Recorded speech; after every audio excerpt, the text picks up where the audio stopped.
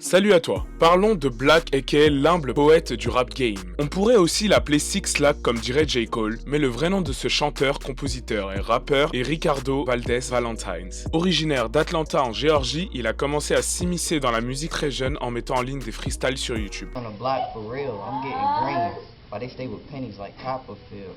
Mais pas que, il était également réputé pour être l'un des membres récurrents du High School Battle Circuit, un groupe regroupant des lycéens faisant des battles de rap pendant la pause déjeuner.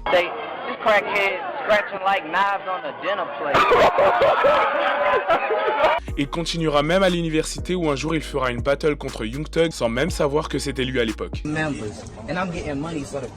C'est en 2011 qu'il est approché par le label de Florida, IMG Strong Arm, pour lui proposer un contrat. Contrat qu'il accepte immédiatement et quittant dans la foulée l'université de Valdosta State après 2 ans d'études. Il en a profité pour en apprendre plus sur l'industrie musicale et surtout comprendre que c'est pas du tout le monde des bisounours. En effet, dans une récente interview, il disait qu'avoir été sous le contrôle de ce label a été une des choses les plus frustrantes de sa vie. IMG lui empêchait d'utiliser ou même tout simplement de sortir sa musique et lui imposait carrément une vision artistique en lui disant qu'il ne pourra pas sortir de musique tant qu'il n'aura pas créé de hits, selon leur goût bien évidemment. Black fut dans l'obligation de créer une centaine de sons qui ne conviendra jamais au label. En 2014, il sortira le premier son de sa carrière, Break from Atlanta, remix du célèbre titre de Party Next Door.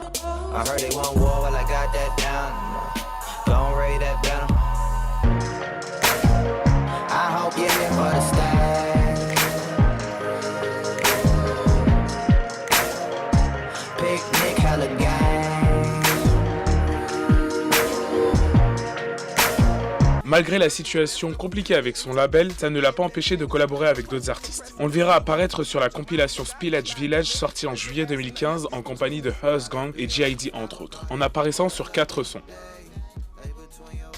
D'ailleurs, j'ai oublié d'en parler, mais tu demandes bien d'où vient le nom de Black. Et surtout, pourquoi un 6 pour styliser le B. La première raison est évidemment en hommage à la zone 6, quartier d'Atlanta où Ricardo vivait à l'époque. La seconde raison est due aussi qu'en astrologie, il y a le numéro de chemin de vie qui indique la direction de vie qu'une personne prendra, et celui de Ricardo est le 6.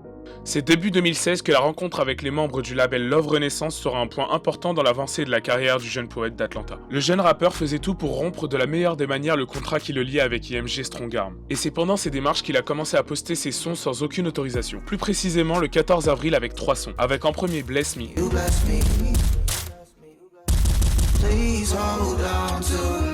C'est à partir de ce moment qu'il a lancé le mouvement Free Black, en référence à son label qu'il emprisonnait comme on peut le voir sur la cover de ce premier son. Et ce mouvement annoncera donc la mise en place de sa liberté musicale. On continue avec Loyal. Et surtout un certain Problems. Avec, comme on peut le voir, la même cover que Bless Me mais avec l'ourson qui semble libéré. Vous allez voir que ce son connaîtra un énorme succès 2 mois plus tard, en juin 2016, grâce à 2 facteurs.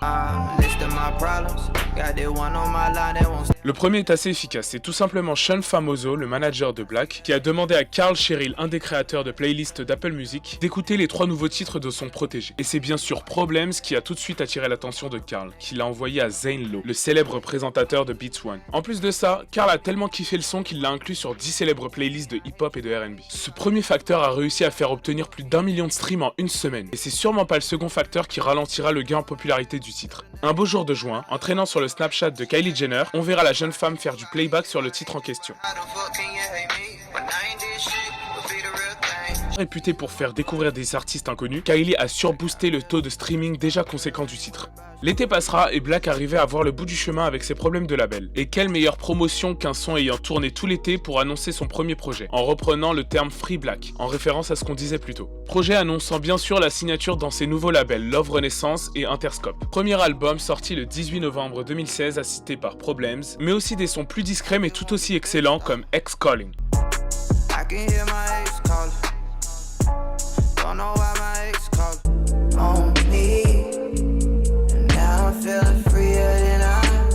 En 2017, suite à la bonne réception de son album, de très bons événements sont arrivés dans sa vie, comme la naissance de sa fille en début d'année, mais aussi la participation à la tournée de The Weeknd en tant que première partie, et surtout des collaborations avec de nombreux artistes comme Jhené Aiko, Sid, G.I.D., Drizzy, Sabrina Claudio et Timbaland.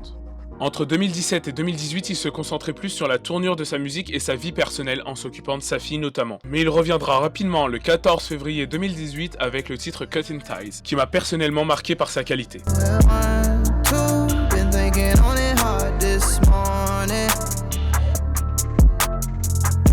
Alors que Ricardo annonçait son deuxième album pour la rentrée 2018, on le verra apparaître dans le nouveau single de Khalid en compagnie de Ty Dolla $ign en avril. Le 22 juin, on voit débarquer le single Switch, annonçant officiellement l'arrivée de l'album.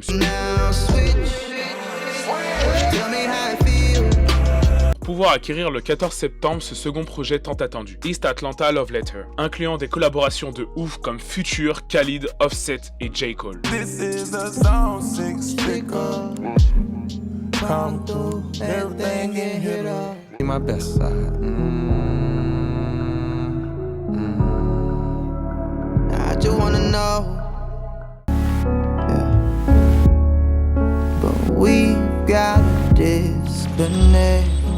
Et voilà, j'espère que ce résumé du parcours d'un des artistes les plus prometteurs t'aura plu, en espérant que sa carrière prospère et la tienne aussi en passant.